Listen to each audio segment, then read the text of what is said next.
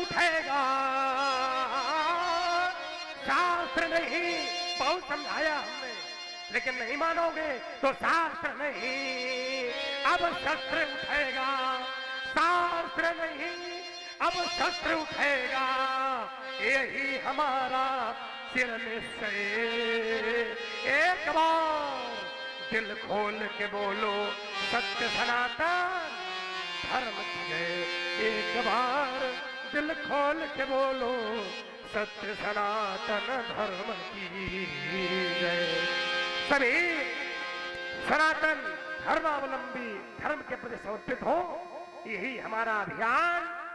भारतवर्ष बने महान और चारों ओर दिखाई पड़े हिंदी, हिंदू और हिंदुस्तान। एक बार सभी हाथ भागे कहेंगे, सत्य सनातन धर्म की।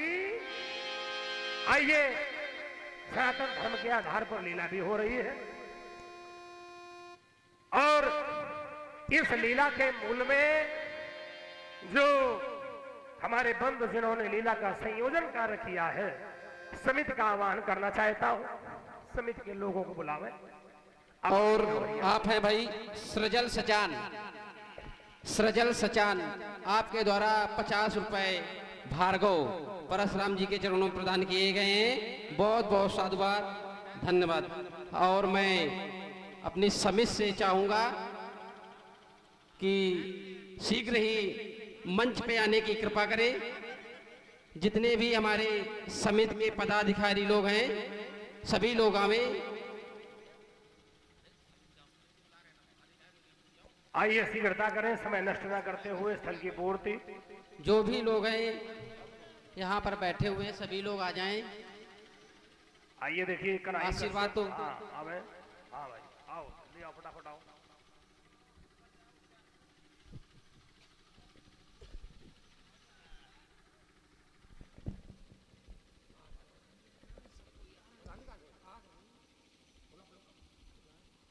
देखिए, ये बड़ी सुंदर दिव्य लीला प्रभु की आपके ग्राम में हो रही है,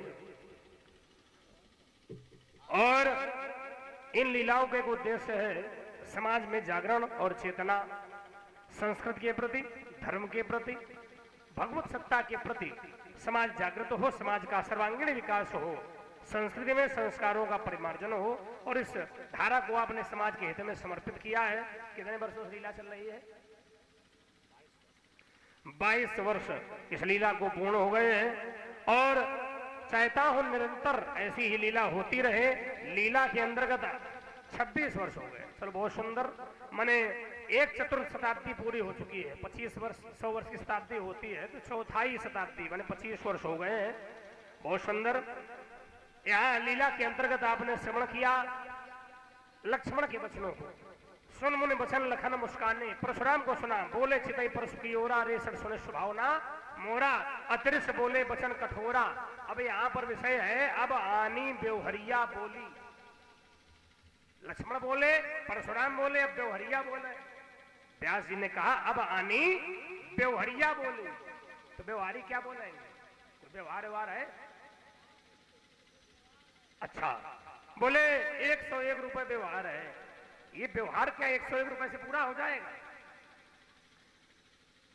क्या? धन व्यवहार का माध्यम हो सकता है क्या? हमें 101 रुपए दे रहे हैं। भिखारी सारी दुनिया, दाता एक राम।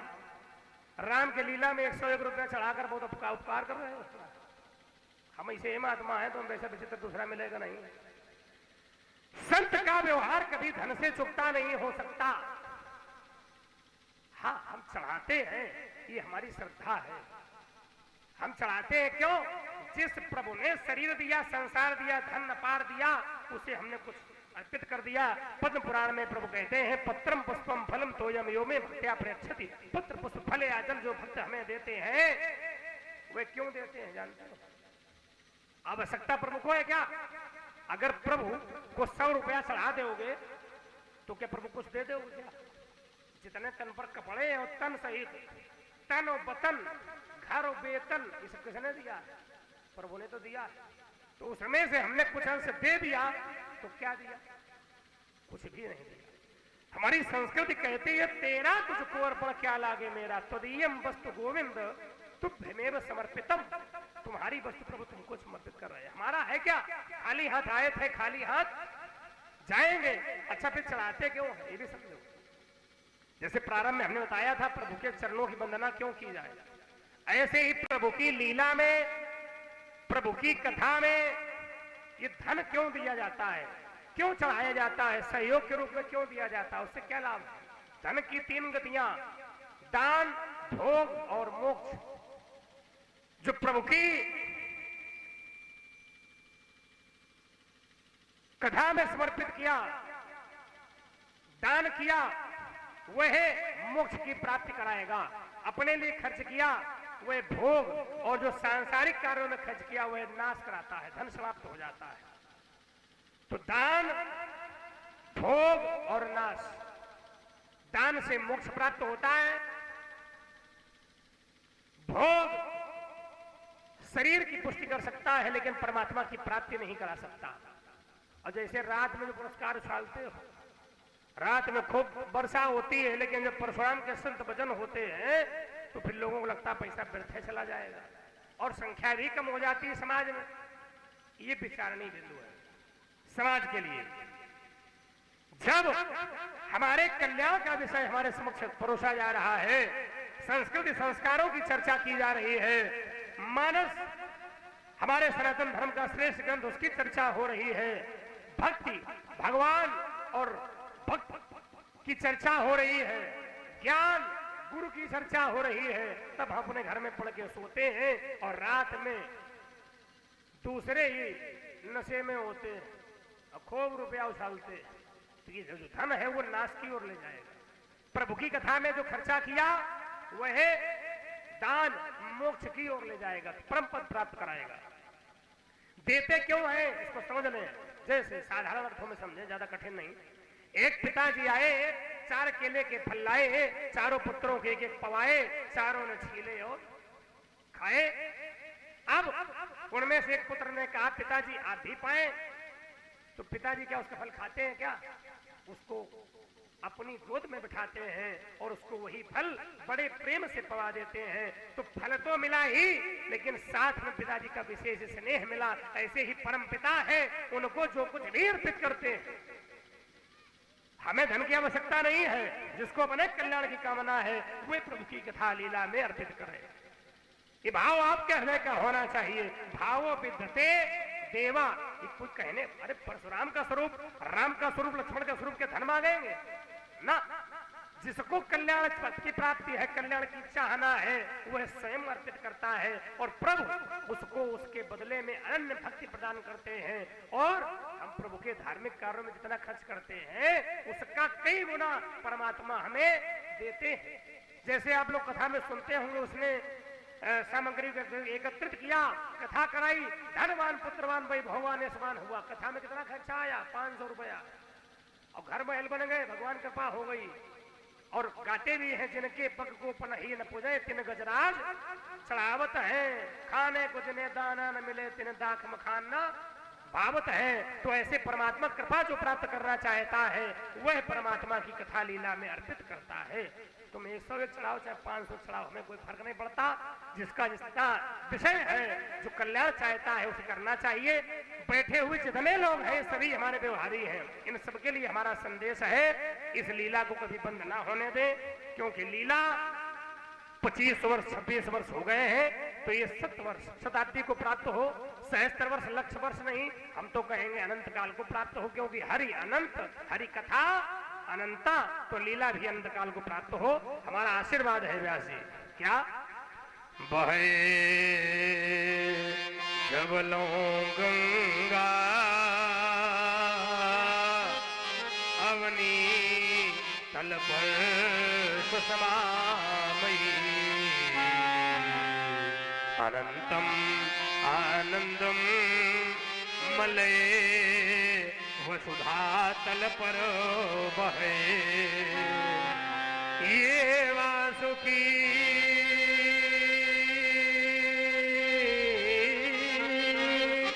के फल पर सभी जवलो ये वसुमती बढ़े तवलो कीर्तिम, कीर्ति का विस्तार हो, बढ़े तवलो कीर्तिम सुयश भूतल पर वरमिदम, सभी का यश बढ़े, यशस्वी हो, धनवान हो, बुद्धिमान हो, प्रज्ञावान हो, ज्ञानवान हो, प्रभु की भक्ति इनके हृदय का प्रमुख स्थान हो, यही हमारी कामना है।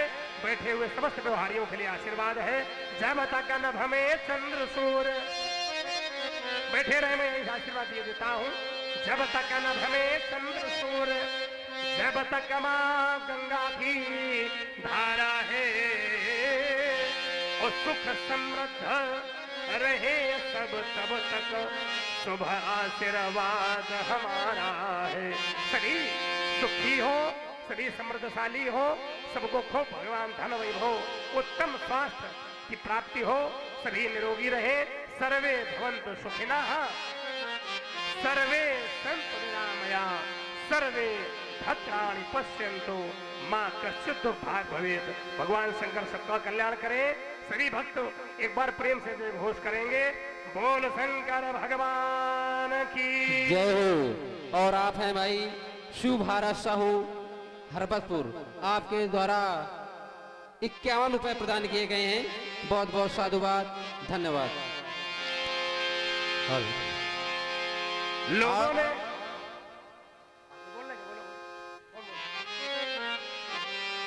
खूब लोगों ने सुना, लोग और भी सुनना चाहते होंगे, और व्यास जी के पास खूब सुने, ये हम चाहते हैं, क्योंकि श्रोताओं का भाव यही होना चाहिए। भगवान की कथा सर है, माने तालाब के समान है, और श्रोताओं के कानों को कहा, इनके श्रवण समुद्र समाना, कथा तुम्हारी सुभग सर नाना। समुद्र में तालाबों को डालने से समुद्र कभी भरता नहीं, तभी कहा भरे ही निरंतर हो ही ना पूरे, कभी भरते नहीं है। लेकिन व्यास जी हम भर गए, लक्ष्मण के वचनों को सुन सुनकर हमारी छाती पूरी भर गई है।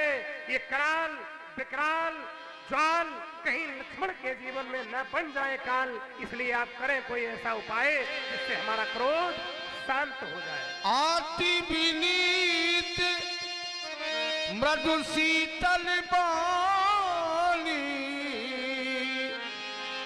बोले राम जोर जुग पानी, बोले राम जोर जुग पानी राम। हे नाथ, आप तो सहज में ही सुजान हैं, सुज्ञानी हैं। लक्ष्मण तो अभी बालक है, लक्ष्मण को बालक जान करके आप क्षमा कर दी पूज्य। यद्यपि लक्ष्मण ने आपसे न जाने कितने कटु शब्दों का प्रयोग किया होगा, परंतु पूज्य लक्ष्मण अभी बालक है, और बालक को साधु जन क्षमा कर दिया करते हैं पूज्य।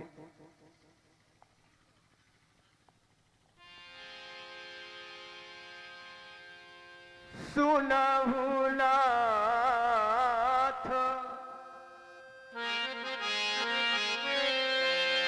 तुम सहज सुजाना, बालक बचन करिय नहीं काना, बर रहे बालक एक सुभावु,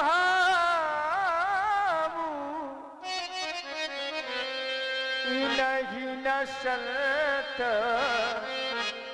विदु सहिता। बड़े और बालक का स्वभाव एक जैसा होता है भगवान, और साधु लोग इन दोषों को नहीं गनते पूज्य। तेहि नाही, तेहि नाही कछु काज बिगाड़ा अपराधी अपराधी मैं नाथ तुम्हारा अपराधी मैं नाथ तुम्हारा कृपा को बध बधब गोसाई मो पर करिए दास की नाई। मैं देख रहा हूं आपका क्रोध बढ़ता जा रहा है, इसे शांत करने का कोई तो विकल्प होगा। कहिए बेगी जय विधिर सी जाई कहिए बेगी जय विधिर सी जाई तो मुनि नायक सोई करिय मुपाई मुनि नायक सोई करिय मुपाई।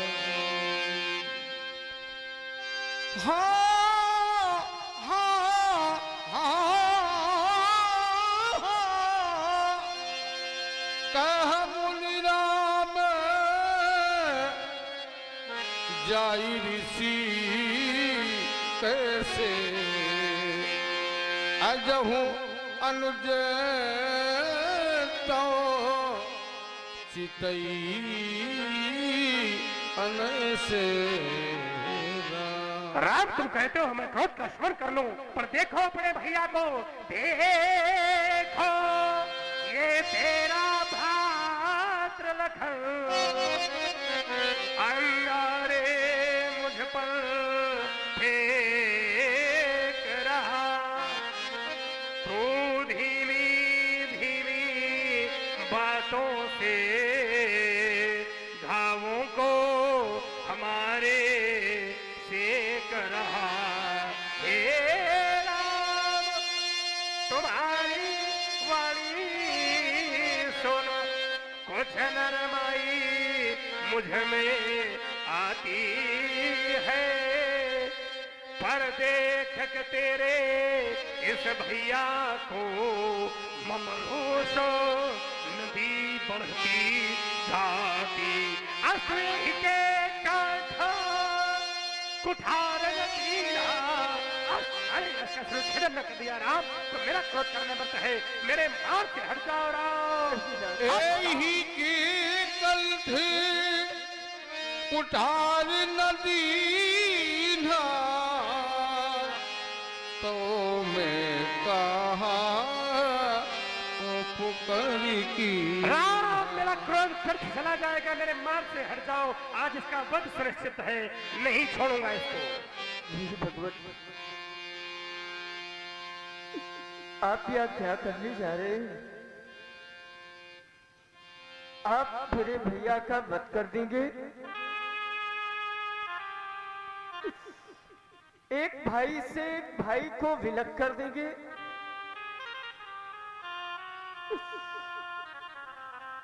पूज्य जब मैं अयोध्या से चला था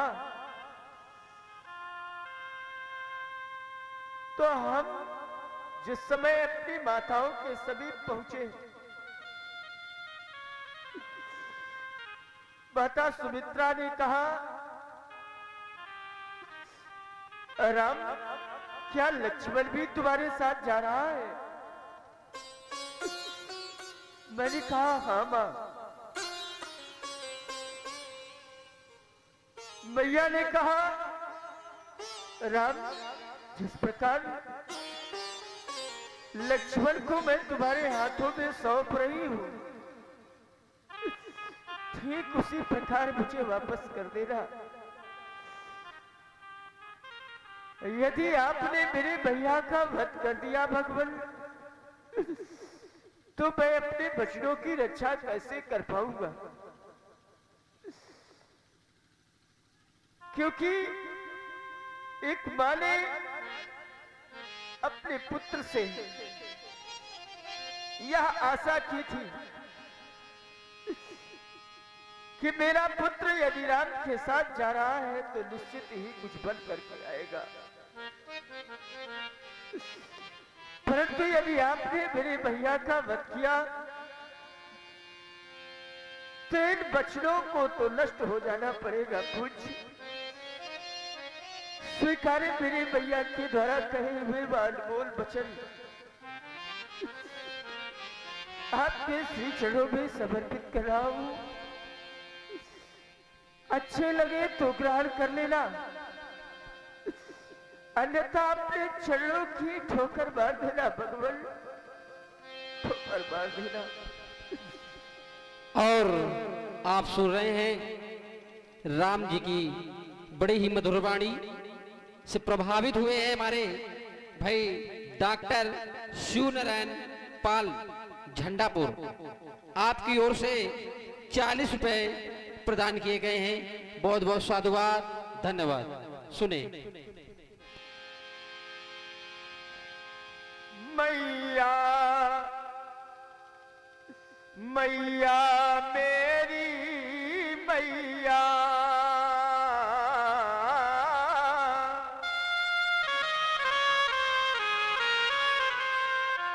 मैया मैया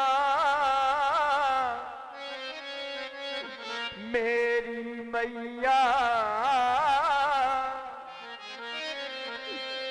मैया मैया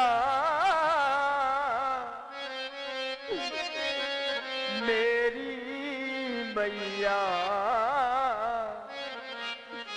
मैया मेरी प्यारी मैया। मैया ने चलते समय कहा ऐ राम बचे मम सुन लेना, ये लक्ष्मण को संग में लिए जात, तो वैसा ही मुझे सौंप देना। यदि आप लखन, यदि आपने मेरे भैया का वध कर दिया, मैं वापस अयोध्या जाऊंगा। मेरी प्यारी प्रजा पूछेगी और कहेगी यही है वह लोकनायक राम जो अपने भैया का वध करा करके वापस अयोध्या आ गया। अरे नहीं सहन कर पाऊंगा इन वाक्य वालों को, भगवान विदीर्ण हो जाएगा मेरा हृदय। यदि आप लखन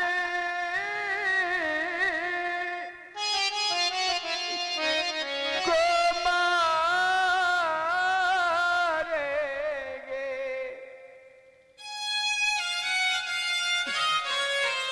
तो मनुष्य कलंक लग जाएगा। यह मुझसे पीछे आया है और जग से पहले जाएगा। बड़ा भाग्यशाली होता है वह व्यक्ति जिनके कोई भाई होता है भगवान। अरे उससे बड़ा भाग्यशाली होता है वह व्यक्ति जिन भाइयों में बड़ा प्रेम होता है। और अभागे होते हैं वह व्यक्ति जिनके कोई भाई नहीं होते और वो विचार करते हैं कि अगर हमारे भी एक बंधु होता तो आज हमारा भी कोई सहारा होता। अरे मैं स्वयं को सौभाग्यशाली मान रहा हूं नाथ, मेरे एक नहीं दो नहीं, तीन तीन छोटे बंधु है भगवान। जिस समय भैया कह करके बुलाते हैं तो मेरा हृदय प्रफुल्लित हो जाता है भगवान। इनमें से एक भी मुझसे अलग हुआ तो मेरे जीवन की कल्पना नहीं की जा सकती नाथ। मैं बंधु बीगी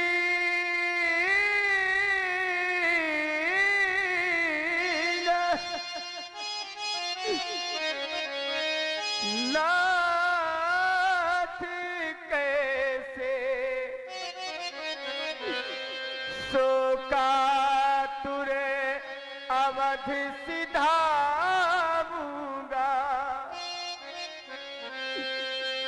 मैया पूछेगी ये लखन कहाँ, तो क्या कह कर बतलाऊंगा। जिस समय मैं अयोध्या जाऊंगा और प्रथम द्वार पर पहुंचूंगा तो मेरी माँ आरती की थाल लेकर के उपस्थित होंगी। मुझसे पूछेगी राम मेरा लक्ष्मण कहाँ है। किसी तरह माँ कौशल्या को धैर्य बना दूंगा। माँ सुमित्रा को जिस समय पूछेगी तो क्या उत्तर दूंगा नाथ, कैसे समझाऊंगा। इसलिए आपको वध ही करता है भगवान, तो एक विकल्प है। इसीलिए मारिए दोनों को अर्थी सा जवद पठा देना। नहीं राम, सरयू की ठंडी लहरों में प्रभु अपने हाथ बहा देना। एक विनय है आपसे भगवान, यदि रोवे माता पिता बंधु, यदि रोवे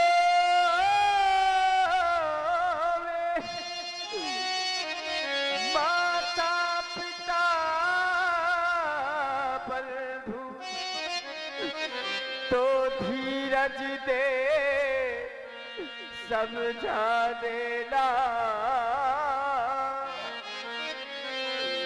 ये रूप राम की विनय यही, पुनि लौट महल चल जाना। आज तक कभी किसी क्षत्रिय राजकुमार ने किसी के आगे हाथ नहीं फैलाए भगवान। आज यह क्षत्रिय राजकुमार अपने भैया के प्राणों की भिक्षा आपसे मांग रहा है नाथ। भगवान भिखारी मांग रहा, भैया के प्राणों की भिक्षा। बदले में मेरा वध कर दो,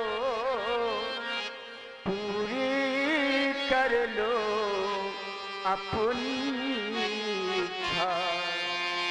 संसार में हजारों मित्र मिल जाएंगे, हजारों शत्रु मिल जाएंगे, परंतु एक भाई को भाई बड़े भाग्य से प्राप्त होता है।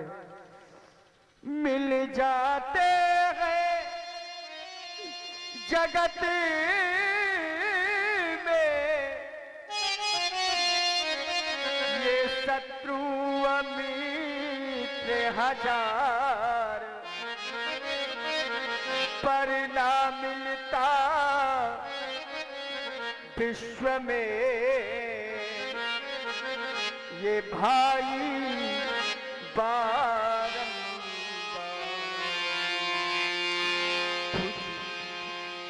आप मेरे भैया का बदला करें। यदि आपको वध ही करना है तो आप बदले में मेरा वध कर दे भगवान, मेरा वध कर दे। अद्भुत राम, अवर्णीय राम। आज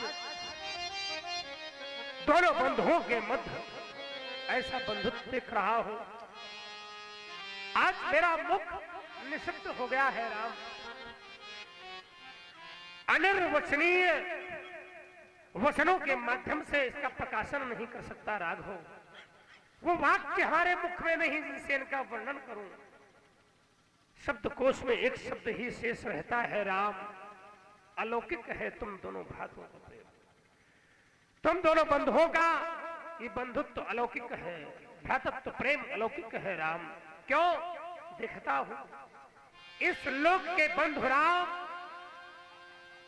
एक भाई के लिए प्राण देना तो बहुत दूर, सांसारिक सुखों की प्राप्ति के लिए भाइयों के प्राण लेने पर आतुर हो जाते हैं। ऐसे भागों से अच्छा है कि परमात्मा ऐसे को भाई ही ना दे।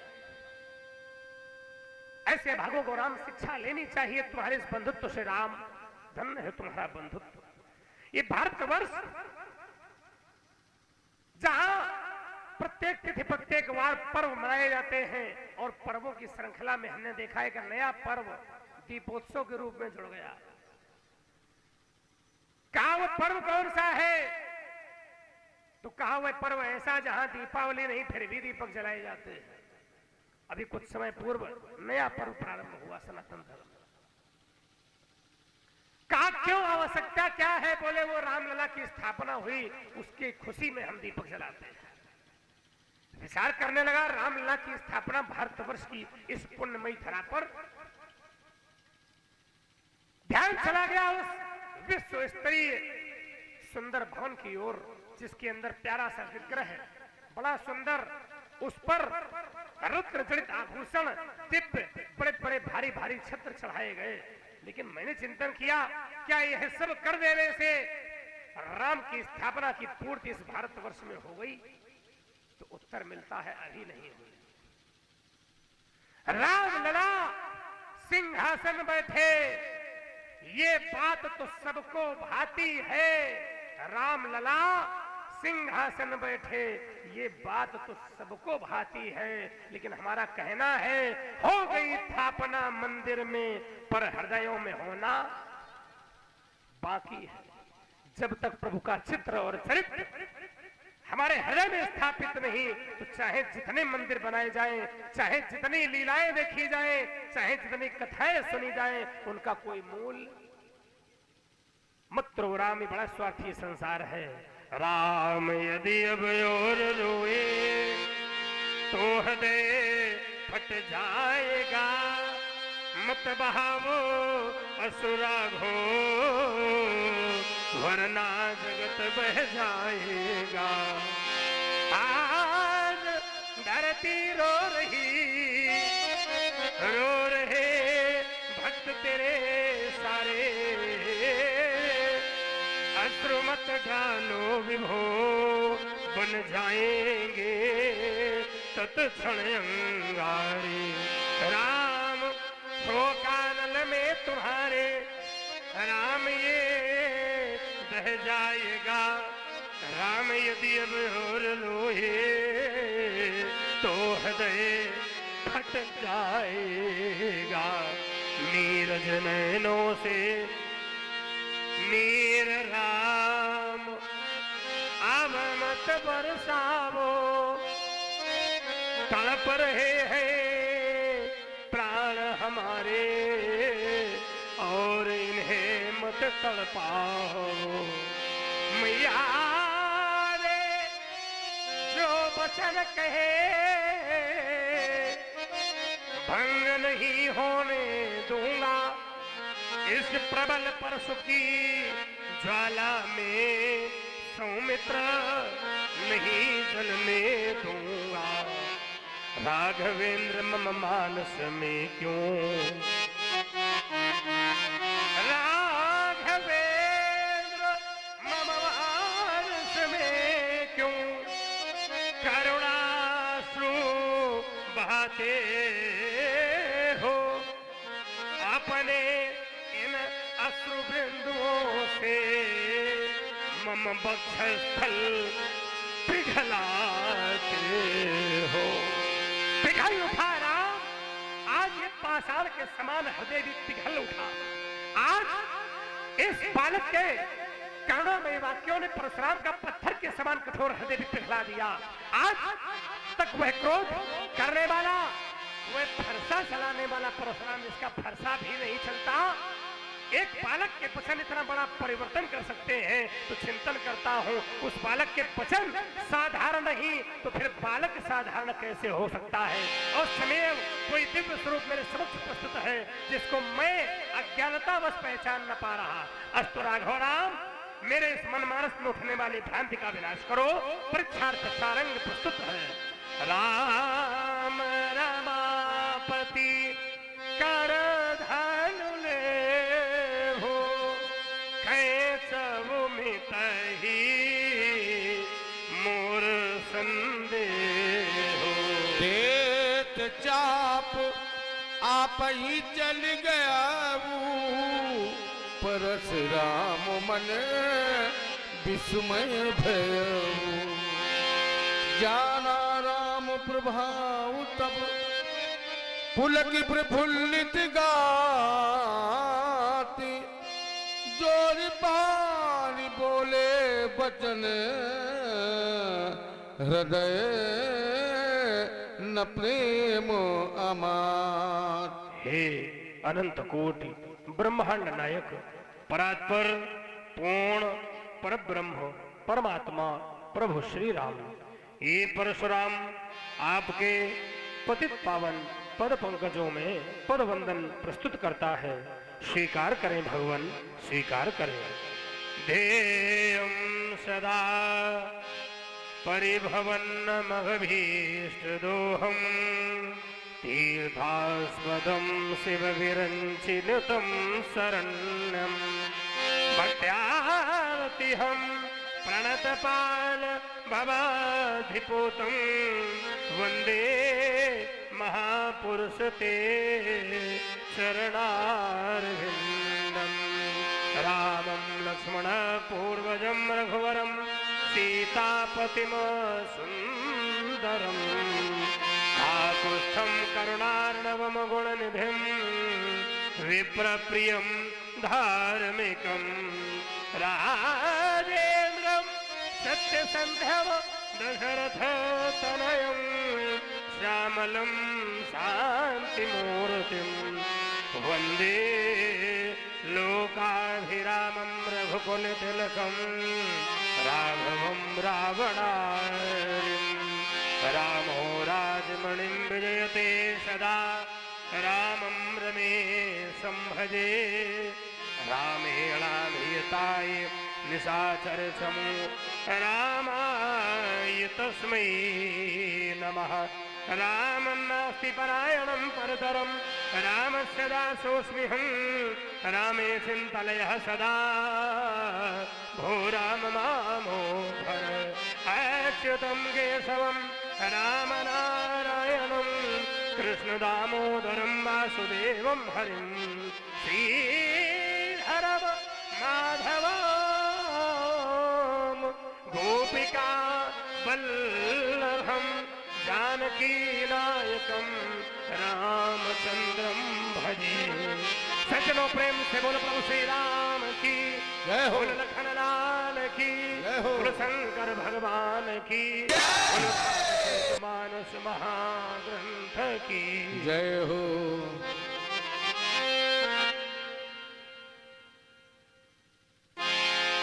कही जय जय जय रघुकुल की तू, भृगुपति गए बलहि तप है तू।